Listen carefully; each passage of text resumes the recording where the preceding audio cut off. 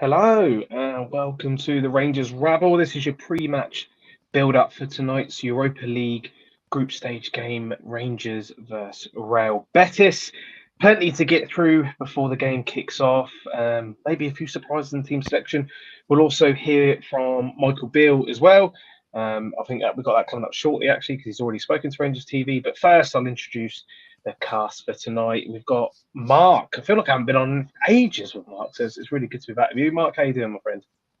Oh, good, mate. It's been a while, buddy. It's been a right good while. I'm not sure how long it's been, but all good in the hood. Yeah, definitely has, definitely has. And again, Brian as well. Same sort of thing. I just feel like I've been all over the place lately. We've got like so many people in the pod, and you just it is good. You get to have that variety. But it used to just I swear it used to be like us like all the time. So it's good to have the some of the main ones back as well, bro. How you doing? Yeah, it's unusual. I'm missing not being there tonight, but unfortunately, bus companies have let us down, and it was either make your own way or not go. So I'm on away on holiday on Sunday, so I prioritised getting ready for that, and yeah, so here we are. Yeah, and I concur with Aldo as well. It is an absolute belter of a top Brian's got on. And last but certainly not least, Connor. Connor, how you doing? Aye, not bad at all. It's a first pod with this particular collection of people for me, so it should be a good one. But no, all good. Looking forward to it. Amazing. Welcome to everyone in chat. As always, good to see all the regulars here. I can already see so many comments about the team, so we will jump straight in. But I just think the best thing to do first, because we're going to bring up talking points as always, is hear straight from the manager, who did, of course, speak exclusively to Rangers TV. I think I've got it all set up properly. So hopefully, because usually we pump this in at the end, so it's unusual to have it so early. So here is Michael Beale's thoughts speaking to Rangers TV before kickoff. Michael, it's the start of the group stage of the Europa League tonight. How much are you and your squad looking forward to this one? Yeah, there's a lot of excitement, optimism in the air. It's a good opponent. It's perfect conditions as well tonight. So the pitch is looking good and we're ready to go. Talk us through your team. 4 changes from the weekend. Obviously, some are enforced by injury and another few in there as well. Yeah, obviously Borna comes back in. He obviously went away with international duty with a slight knock, and so no risk at the weekend. But he's back tonight. Nico, unfortunately, is out, and in comes Sifu for him.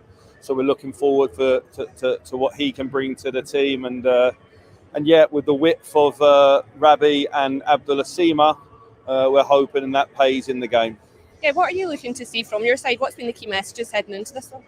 Well, we want to play on the front foot and we need to go after Real Betis. We've been frustrated with ourselves at times that we've not been as aggressive out of possession. That's the whole team. The centre-backs need to come up the pitch, and then the midfielders supporting the forwards. We have to press as a cohesive unit. We've done it at times in games, but not nearly enough. And tonight's an opportunity for us to make a step in the right direction. We can't stand off a Real Betis. They've got good players. Yeah, you spoke yesterday of the strengths that Betis do have. How do you deal with those tonight? It's important that we stay tight to the front four and keep them away from our goal. It's important that we block the lines into their front players. But obviously when we get the ball, we want to stay with it and we want to take the game to them. So we want to make it about our front players and our midfielders rather than speaking about Real Betis. They're a team that have done well in this competition, certainly last season, and they were 6th in La Liga for a reason. So it's a tough opponent, but this is the challenge that we have and we're excited by it. There we go. That's the thoughts of Michael Beale. And seeing as he's mentioned it so much, we might as well bring the team up as well. So the starting 11 tonight is Jack Butland in goal, back four of Tav, Goldson, Ben Davies, Borna Barisic comes back in. The midfield three there, Lundstrom, Fuentes and Lawrence. Looks like width. We're going wide in Matondo and Seema with Kemar Roof up top. So absolutely loads to discuss there. Mark, I guess first off, seeing as you pretty much nearly predicted this team absolutely spot on, you've got to be pretty happy with that. Yes, well, yeah. I mean, I think that the call was for width, and he's definitely gave his width. I think that my way of thinking, if I picked this, just tell the troops, I picked just about this team and put it into the group chat. About 20 minutes prior to the actual team sheet coming out. and the only difference was I had Ryan Jack in for Lundstrom. That was my only difference. 10 out of 11 is no use, Mark. Well, I tell you what, it's not bad odds, is it? I don't know, right? Some say it might have been a lucky guess, but no, for me, I think that this mob are going to be good on the ball. They're going to have lots of possession. I think that what we need is pace in the transition, and I think that that's what Seema and Matondo are both going to give you. Hopefully, the likes of Lawrence can hold that ball up, that kind of 10 roll, can hold that ball up and kind of pick passes and kind of cut this defence open. They're very good going forward. Their defence is not very good. They're quite leaky. I think that the left backs and the right back do not like to run back the way. I don't think they're very, very good at that whole defending thing, very much a la Tavernier. So that was my thinking when I picked that side. When I picked that side, I thought that transition, we will probably be looking to hit on the break, I would think, tonight. And I think that hopefully that can hurt this team. As I say, that was my thoughts on it. I think that's Bill's thoughts on it. And I think we've asked for width. We've got width. Now what we're going to moan about. Yeah, exactly. I mean, listen, I see a few people in the chat, Brian, bringing up something that I thought early on as well, that, going to two wingers, it does seem, it feels on first look a bit like abandoning a philosophy that we spent this money. We seem to have really tried to make this narrow formation work, and then we've chucked out the window and we've put two pacey wingers on it. But on the flip side of that, and playing devil's advocate, you could just argue that, a fluid manager that changes and is dynamic will see where the dangers of the other team are and where to hurt the other team. And this could just be a case of he does like the narrow formation, and that will be what we play most of the time. But tonight, the best way to hurt them is with pace and width. There is that argument, yes. But I think the evidence was there against St Johnstone, where Matondo came on and made an absolute difference, in the wide section. I'm also excited to see Tom Lawrence in his natural 10. He's obviously not shy of a shot from outside the goal, from outside the box, sorry. So, that's another sort of aspect that I'm looking forward to, that Lawrence will be able to sort of dictate things going forward and, hopefully make a contribution in the attack and third. Seema, I mean, I think a lot of people are saying in the comments as well, we're kind of, I wouldn't say we're down to the bare bones, but it's as good as we could expect tonight. And I think a lot of it is purely down to personnel that's available rather than, who we would have picked. So, yeah, I mean, I've always said we're better with the wide players, with the pacey wide players. So again, looking forward to it. And yeah, I mean, I've just been looking at the Betis sort of front four tonight, and I think his name's Alawi, I think his name is Isco, Henrique, and Iglesias. Absolutely nailed that pronunciation. Yeah, I know I've butchered that completely. But between the four of them, they've only scored one goal in La Liga all season. So they're obviously not doing very well in La Liga. I think they're 10th or 11th just now. So they're not in any great form, but Real Betis have always had a decent pedigree in Europe, so got to watch out, but quite confident. Yeah, and Connor, I mean, I see a few people have brought up the bench. It's always a bigger bench for the European games, so you do have the youth players involved. We also have the restrictions because we don't have enough homegrown players to fill the full bench, basically. So we do call on a lot of the youth for that. It does look a little weak, the bench, but we do have to remember, Kieran Dow, Danilo, Raskin, they're all out injured. Of course, Ridvan's not registered. So there are reasons that the bench is the way it is, but do you see, or where do you see the danger that we can bring on if the game isn't going to plan? Where do we and how do we change it? Just give me the easy questions, why don't you, Stu? Listen, I think clearly the danger men that you're going to look to bring on will be Lammers and Dessers. I imagine if Michael Beale's needing to change the game and he's needing to try and get a goal, then the first two he's going to turn to will be them, because ultimately, that's what they were brought in for. I do think Big Sam Lammers has been okay recently. I think he's put in a couple of decent shifts, and he's certainly, he's looked threatening. He's wanted to take it more to teams than maybe we saw the first few weeks. So I think, I wouldn't have any qualms seeing him come on at all. And Dessers, look, I think we're starting to, it's telling a lot about Dessers to me that you don't play him at the weekend. He doesn't even come on off the bench at the weekend.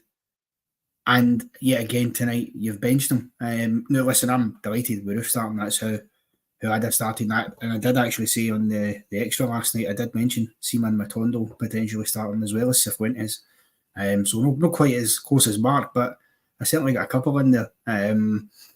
But clearly, for whatever reason, Michael Beale's no fancying Dessers at this moment in time. So that's what you look at. I think, obviously, if the game's going in a pattern where it's maybe 1-0, 2-0 to us, it's a wee bit, messy, and to calm it down, that's where you would bring on a Ryan Jack, obviously, to try and aid with that. And that's what I'll do. And look, listen, let's not forget as well, you do have a Scott Wright on the bench, and no, he's not everybody's cup of tea, but he's got plenty of experience playing in these European games now for Rangers. So he should be, if nothing else, a decent hand to bring on when players are starting to tire. He's got pace about him as well. So I'm not as concerned about that bench, I think, as others. Bear in mind, it is only 5 subs you make. It's not like you need to change the whole squad. So, we've got at least 5 players there on that bench if we needed to bring them on. Yeah, I mean, not that he would have got game time tonight before we really go into the bones of the team, but I have seen a lot of people, especially on Twitter, wondering where Bailey Royce is tonight. He's obviously one of the stars of the future, and he's always looked very impressive in the sort of minimal game time he's had so far. The fact that Michael Beale name-checked him and Zach Lovelace very recently, I know Zach Lovelace is returning from an injury. Were you maybe a bit surprised to not see Bailey Royce's name there? I mean, it could be an injury for all we know, but the fact he's name-checked him as being a potential player to come in during this injury crisis would have thought that you'd have at least had him on the bench tonight. Yeah, you would have thought so. I think that probably there's obviously some sort of issue there. There's a reason behind it. I think that this is perfect, even if he's not going to come on. At least to get him in the bench and experience big European nights and stuff like that, even from a bench. Even I think probably there's something, maybe a wee knock or a wee something other than the fact that I think that if he was fit, I think he would be on the bench. So I think that probably we're kind of reading too much into that. For me, he's very much a talent for the future. For a 16-year-old boy, he's a big lad as well, and I like what I've seen of him. I really, really like him. I think he's got a lot in his locker. So I think let's not read too much into it. I think let's do what I usually do. Look at the positive side of things. Look at the starting lineup. Let's get after this mob for the start. As far as I'm concerned, just on the Dessers thing as well. Talking about he's not getting a start. I see a few people in the comments as well saying that we're rebuilding, they're all sitting on the bench and stuff like that. I think he solely went for this team to play against Betis. I think that he's picked the team with Betis in mind rather than this is my formation and this is my philosophy and this and that. I think that probably that's a wee bit narrow-minded, saying that that's my philosophy and I'm sticking to it. If you playing against a team that are able to get at with pace in the wide areas, and you've got 2 pacey wide players, why not play 2 pacey wide players? I think that for a hold-up play and bringing other people into the game, I think Roof's probably the man to do that as well. So I don't think he's deliberately said, "Oh, I don't fancy Dessers anymore." He's dropped. I think that he's playing horses for courses. And for me, like I done earlier, I picked this side to play this team, and I didn't think that it was going to be his team, but it was the team that probably I would have picked to play against this side. So I think that you take the game in isolation rather than saying, "Oh, we've abandoned his philosophy and this and that, and we've dropped players for this and that." I think that we played with 2 wide men at certain points at the weekend, and I think it worked. And I think he liked what he said, and also to reiterate something that somebody else said as well, that Most of these players that are on the park are now coming to the stage where they're on the park in merit, so they're playing well form-wise, and that for me is massive. If you're playing well, you're on the team. If you're not playing well, you're not on the team. So hence the reason why probably Dessers and Lammers obviously are maybe no getting the nod, as well as the tactical side of things for me. Yeah, can't argue with any of that for sure. Brian, as we move through the team, then we expect at least 3 of the 4 defenders, and then certainly the goalkeeper. Ben Davies comes in again. Well, I say comes in. He's obviously played against St Johnstone, but Suter seems to have fallen out of favour after a couple of mistakes. Didn't really put a foot wrong against St Johnstone. Ben Davies, we know that he has some deficiencies. We know he can be a bit weak in the air, but he's good enough on the ball. He can hit diags. He can come out of defence.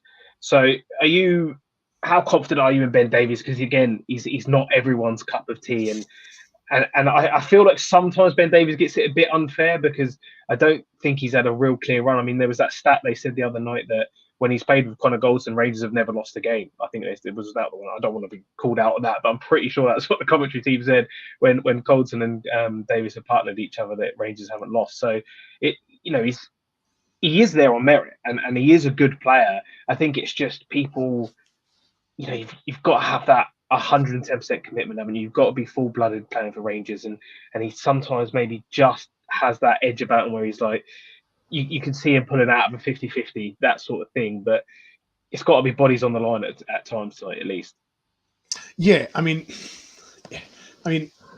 as you say, the stat came out that Goldson and him haven't lost a game when they've played with each other, and I'm holding on to that candle dearly tonight because I'm just praying that carries on. As you say, I mean, the problem with Davies is the mistakes he's made has been in severely high-profile games, and if you do that in high-profile games, no matter what team you're playing for, that's all the fans remember of. That's all they'll remember. I mean, if you made a mistake in an Arsenal-Tottenham game or a Liverpool-Man United game or Milan derby or whatever derby it is, the fans will remember that for forever. And he's obviously, as you say, he's a good ball player. He's good at passing and distributing, but his tackling and his heading has sometimes been little to be desired, shall we say. But I'm kind of, as you say, holding that candle that him and Goldson have got a good partnership, and that they can carry that on. As I say, as you say, it could be at times that our backs could be against the wall and defending, because obviously Betis are a decent team.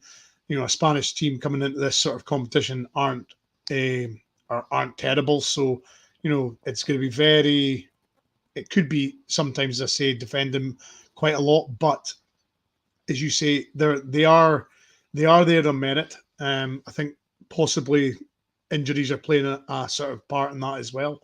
But at the end of the day, at least these guys have played a decent amount together, and you just hope that with the Davies on the left side of the centre half sort of partnership, that there's a bit of balance, and him and Barisic can do something down that left side.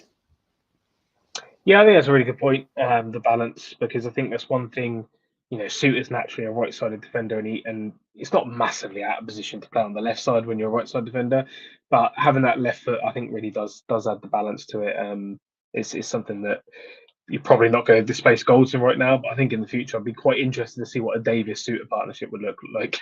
Although with the high-profile mistakes they've had, maybe not. But I do like the sort of sound of those two together at least.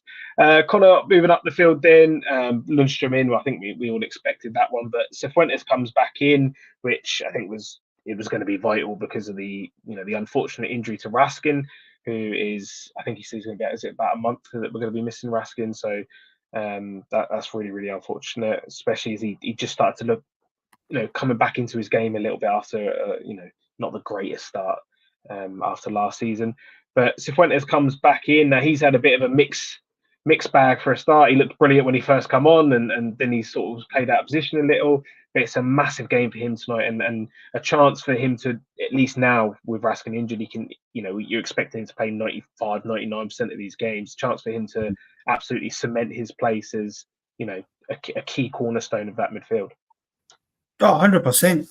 The reality is when you get injuries like that, that's where, players need to step up, go and grab that jersey and put yourself in the conversation to make it yours. Look, obviously we know that Raskin and Cantwell and that have been the surefire starters because they've probably been the better players, but the one opportunity you always get when these injuries happen is to go and prove that yourself. If he puts in a great shift tonight, and shows what he's all about, then there's no doubt the manager starts to think, well, do you know what? There's every chance of that, because I think the chances are he's going to have to place the Fuentes again at the weekend, because your only other option there would be to play Ryan Jack alongside Lundstrom, and I love both players, but I don't want to see the two of them playing alongside one another because they're too similar in the roles that they play, and it's a bit too negative for me, especially games like the night where you want to go for it and you're at home, and even obviously Sunday coming an hour. So, but Fuentes, I think Fuentes is a good player. I think he just needs time to get in because, to be fair, it's not like he's had loads of game time to prove himself.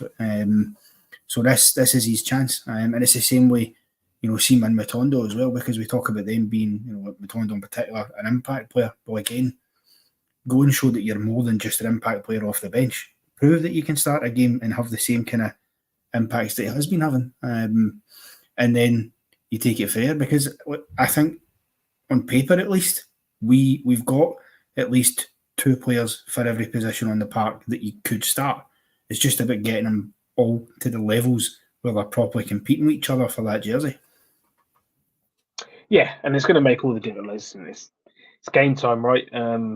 These players still haven't had a lot of time with each other, and sometimes I've been in the camp, I've been there where I've been frustrated with Michael Beale, but at the same time, it's a lot of new players, and sometimes it does just take time for them to start gelling, and they're all coming in from different countries, and it just takes time sometimes. I know we don't have a lot of time, but that's what it takes sometimes, and we might just see the best of Rangers, maybe even this game, but in the games to come as well. Moving up the midfield, then, Mark, one of the main men, I think one of the main danger men tonight certainly is going to be Tom Lawrence. I haven't actually checked the team, so apologies, but I think Raul Betis was supposed to be playing the third choice keeper tonight after injuries to the other two, and apparently he's a little bit shaky with long range shots. I think Lawrence is starting anyway, but I think especially with the width dragging defenders around, there's going to be a lot of room in the middle, which is good. That, again, like you said earlier, a manager that sees the opportunity to attack space or to change maybe what he usually plays like to suit the team. I think getting Lawrence space in the middle is key tonight, because he's one of our danger men from long range. Yeah, I think we need to get Lawrence on the ball. I think that's imperative. I think that Lawrence has got that kind of through ball. He's got that kind of thread the ball through an eye of a needle pass. He always looks forward. Looks to carry the ball as well, and looks to shoot on sight. So exactly what we've been screaming for God knows how long. So he done it when he first came here, and before he got injured. But hopefully, I don't know if he'll last the full 90 minutes, but hopefully we get a performance out of him. He's going to be key, I think, tonight. I think that he's going to be one of the players that kind of gets us up the park and gets us up the park fast. I think that he's got that in his locker. So it's a big game. And listening to what he was saying, obviously, his last interviews and stuff, I like what he has to say for himself. I like the way he talks and the way he conducts himself. Talking about the fact that a lot of people had said, why are you going to Rangers? And all I had to do was look at European nights and stuff like that, and he was 100% bought into it. So yeah, I think he's going to be massive tonight. I think we need to get him on the ball early. I think we need to get him running at their back line, and obviously we'll hopefully get some joy through that. But I think that he's the best 10, I would think, at the club. So for me, I think that I mean, it's going to be even better when him and Cantwell are playing in the same team. I think that's a potential dynamite combination. But as I said, that as it stands at the moment, I think it's the way to go for this team. Like I said, I think that we need to get at them. I think it will be in transition. I don't think we'll be flooding people forward and stuff like that. I think we will be a bit cagey, looking to break on a counter, because they will have a lot of the ball tonight. We will be chasing shadows for a long periods tonight. So they're a good side. So yeah, he's going to be massive, very much so. Yeah, absolutely. I mean, someone just mentioned about keeping nights fit. Was it Denzel there? Lammers and Cantwell might have to look at their laurels, and that's what you want. You want people competing for the jerseys. You want them to look at the guy ahead of them and think, "I want his jersey," and how high their level has got to get that jersey because of the player that's already got it. That's exactly what I want. Apologies for earlier. Claudio Bravo is starting for Real Betis. But like people say, he is 40, and I think we've seen with Alan McGregor before. It was just starting to slip about that time. So I still stand by Lawrence and his long range shots. Brian, onto the either side. Then we've got both wingers in tonight, Matondo and Seema. Plenty of pace. Matondo, I think we've already talked a bit about Matondo's redemption arc. Pretty confident in what he's gonna produce. Seema is one, again, another hit and miss guy that I think he always wants the ball. That's what I like about Seema, and he's always confident in his own ability. He'll keep going at defenders. He's pretty good in the air, maybe not the actual finishing in the air, but actually winning jump and reach. So he can provide a number of outlets for us in terms of his attacking output. It's another game that he's got to show up in, though. I think we saw glimpses in the last match. Obviously, there was one where he runs through on goal against St Johnstone and doesn't cut it back. Then there's one he does run through and he cuts it back lovely. Obviously, it was disallowed in the end. So we know he's got plenty in the locker. We just need, like a lot of the players, we just need it to come to the fore tonight. Yeah, I mean, folk are saying in the comments about Seema already. He's a very Marmite player. I still fail to believe when he played for Slavia that he tore us apart when he was 19 years old. I find that exceptionally hard to believe. I mean, there's clearly a player in there. Again, is it the sort of Rangers curse that you've got to take so many months to settle in and get things right? I mean, he on his day, I'm quite sure he can easily compete at Europa League level. Matondo, we all know what he can do with his pace and his trickery. Hopefully, with his performance at St Johnstone, he's obviously gaining more minutes in his legs. He's getting more confidence, and this is wingers are all about confidence. If these guys are on song and they're fairly confident, they could do anything to any fullback. It's just a case of them being on in the mood, having a bit of confidence and producing the goods, but they need the ammunition as well. There's no point in having these wingers if they're not getting the ball. It's the same as the centre forwards. You could have anybody up front for Rangers the last few games, but unfortunately, if you don't give them the ammunition, they're not going to score. So it's imperative that these three guys, the wingers and the striker, get service. I mean, I don't know how many times I've got to say it. That's the bottom line. If these guys don't get service, they won't produce the goods. No, certainly not. And I think, like Aaron just said there, we don't know for sure, but it could very well be that someone like Seema has been a bit stifled by the formation. And then there's a lot of changes of position as well. Sometimes, he's gone through the middle a couple of times. He's been out left, he's been out right. I think once it clicks for him, it won't matter where you put him. And like you say, Brian, he looks so good against us for Slavia Prague. Good enough that Brighton have picked him up, and Brighton's scouting department, they're going to get some wrong, but their scouting department is pretty bloody good, to be fair to him. So, as long as he never looks at Robert's comments anyway, because it's not a guy you trust on the team. I was just about to say, David P makes a good point. Savage in the comments tonight, but in the pod he's quiet as a man. Yeah. He's not so savage there, is he? That's it. Hey, Robert, you've been challenged there. He's straight in the chat, you wait. Connor, moving to the last player on the list then. Kemar Roof, no surprise there, I don't think. Listen, whether or not Dessers is going to play a big part of this club. You can't drop someone like Kemar Roofs, but especially when he's fit. He's clearly the best striker at the club, the best finisher at the club, unbelievable movement and timing. We need a goal from him tonight, and we need it to not be disallowed. Yeah, yes, that'd be lovely. Aye. The frustrating thing for him, I suppose, will be those 2 goals that were disallowed weren't even disallowed because of anything that he did. He wasn't involved in either the offside or the foul. No, listen, I think tonight it's a big night for Kemar Roof again to show what he's made of, because we know, he's turned up for us many a time in the European nights. We all remember the 70-yard screamer that he scored and things like that. And if he can get back to that kind of level of form, I think we'll be fine. The key thing, though, for me tonight is the service that will be coming to him.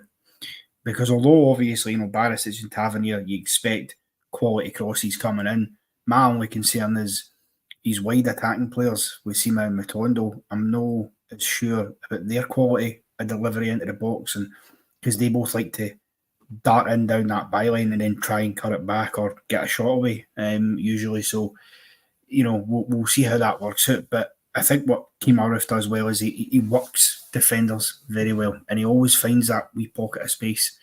Particularly, if there's a shot being hit and there's a rebound coming, Kemar Roof's going to be in and amongst that all day long for me. So I'm glad he's starting, because you need to make the most of him whilst we've got him fit.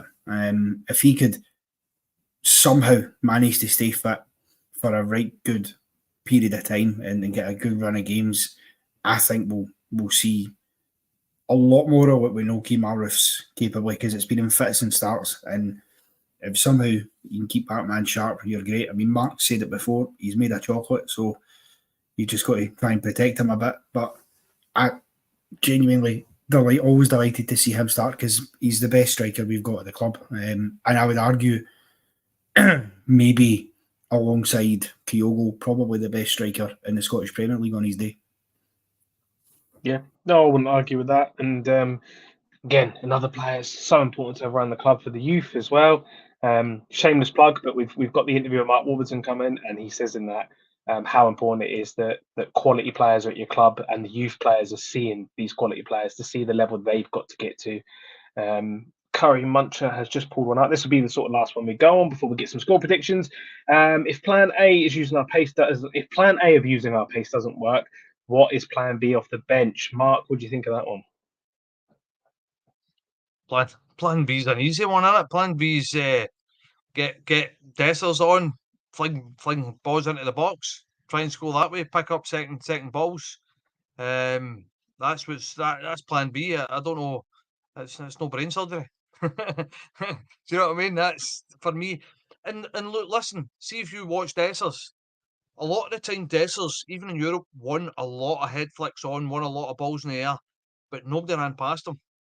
And nobody ran past him in Europe so far this season. And a lot of the times with the bigger games, nobody's ran past him, even though he's won headers. So, as I said, the likes of Lawrence has got that in his locker as well, running past a striker. So that might be a Plan B as well.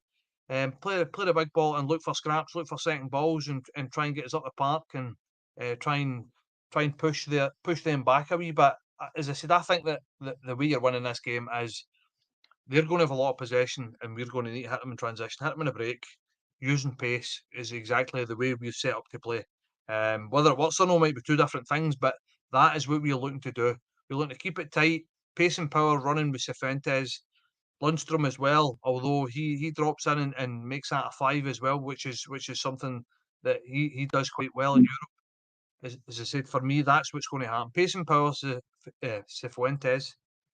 Lawrence looking to push forward as well, but I dare say Lawrence does a lot of hard work as well. He'll drop deep as well, and he'll fight for the ball and stuff like that. But as I said, for me, it's all about getting that ball moving fast and getting it up the park. Because when we win it back, we need to go. We'll need to push, because, as I said, they are going to have a lot of the ball tonight. Yep, absolutely. I do have it on good authority, by the way, that Robert actually got Dessers on the back of his shirt, so I don't know why he's complaining about him so much.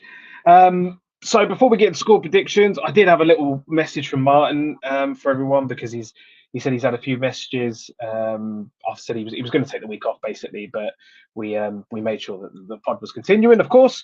But he just wanted to say he appreciates all the messages he's been getting, and he will be back next week. So you get to be treated once again to the boss from next week. So score prediction time. So everyone in the chat, if you can chuck your score predictions in and give me a first goal scorer, I'll chuck them up on the screen. We will start with Mark. Score prediction and first goal scorer, please. Score prediction.